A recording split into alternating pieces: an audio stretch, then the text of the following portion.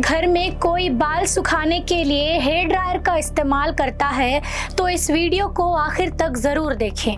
आप गीले बाल सुखाने के लिए क्या करती हैं? जाहिर है कि ज़्यादातर लोग हेयर ड्रायर का इस्तेमाल करते हैं, लेकिन कर्नाटक से आई एक खबर आपको चौंका देगी और आपको ये सोचने पर मजबूर कर देगी कि आपको हेयर ड्रायर का इस्तेमाल करना चाहिए या नहीं। कर्नाटक के बागलकोट में एक खातून ने हेयर ड्रायर चलाया और जोरदार धमाका हुआ। इस हादसे के नतीजे में इस खातून को अपनी दोनों हथेलियां खो देनी पड़ी।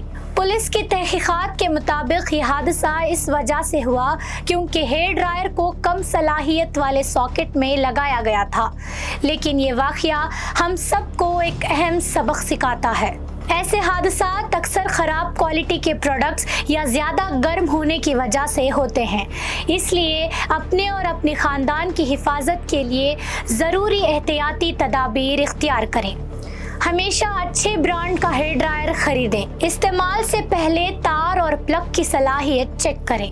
हेयर ड्रायर को तवील अरसे तक मुसलसल ना चलाएं।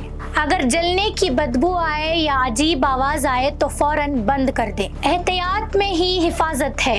एक छोटी सी गलती बड़े हादसे का सबब बन सकती है।